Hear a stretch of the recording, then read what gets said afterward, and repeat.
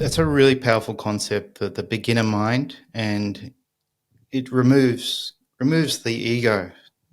No matter how good you are or how many years you've spent learning something, as soon as you embrace this beginner mind, Shoshin, it's like, I'm free to learn again, and it's really beautiful, powerful concept. So two themes are coming up when I'm thinking about our conversation now, Adam, is this theme of learning and then sharing or teaching. And as you know, in my book, I touch on manabigai, so the value of learning. So manabu is the verb to learn. And then osiegai, so osieru is to teach. So osiegai would be, value in teaching. And I think obviously you experience both, like obviously almost every day or throughout your week, you're learning, you're teaching. So is learning and teaching martial arts obviously it's one of your main sources of ikigai?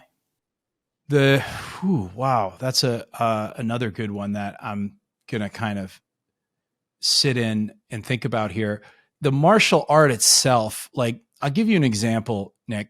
The constant learning, not just the technique, not just the history, not just the art, but the learning to learn part. So in Budo, there's this concept of kasoteki, right? This imaginary enemy, the sort of the hypothetical opponent.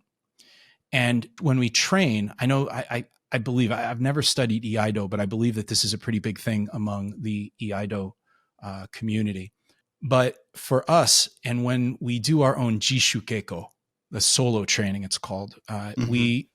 the learning how to visualize and minimize the variance of our different opponents, to be able to look at someone who's maybe 6 foot tall, a little bit taller than me. Maybe they're a skill level just a little bit above or possibly a little bit below. Maybe they're a little heavier, bulky upper body, but I'm trying to picture this person that I maybe had a challenge with when I was studying in Japan or at another dojo, and they got in on me and they were able to get. So I want to go back to that, and I want to visualize this. And I'm right now in this place where I'm trying. Part of my learning how to learn is really trying to visualize in front of me what I'm doing without an actual opponent, to play it out.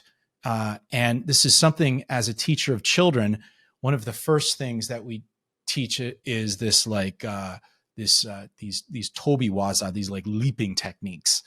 And we would teach this mai tobi, this just long jump forward, and it would be, I would get kids to jump one tatami, right? And they're about 12 years old. Most kids can't jump one tatami at 12 years old. So we start with the length of their body from their feet to the top of their head, and we put a little piece of tape on the ground, and they can't have a running start. They have to bend their knees to a squat and leap forward, and kind of like they're jumping from one tree stump to another. And if they lose their balance, they have to go back and try it again. But eventually we get them up to where their toes are against the seam of the tatami. They're leaping and their heels clear the next seam. In order to do that, I have to take them through they close their eyes, and I have them feel the cool tatami under the soles of their feet, bend their knees, launch themselves forward, visualize the tatami going underneath their feet, and then seeing the next seam go under, and they pass. And then I can't guide them through that as they do it. We have to go back and they have to replay that. They have to recall that in their mind and visualize themselves doing it. And 3,000 kids, 25 years, every single kid has done it, for the exception of the ones who may, because of their physicality, just can't. However, Mm-hmm. I create their threshold. Their threshold is in that place where they feel limited, that they can't do it. Well, that's where we start, and you give yourself permission. And through the power of visualization, we push yourself past that point.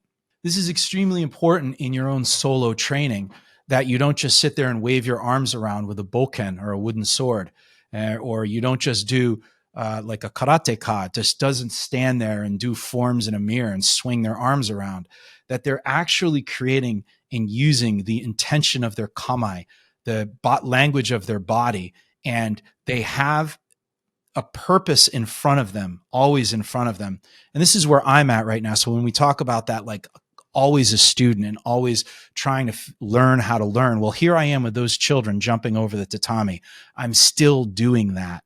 I'm still trying to figure that stuff out to make myself just a little bit better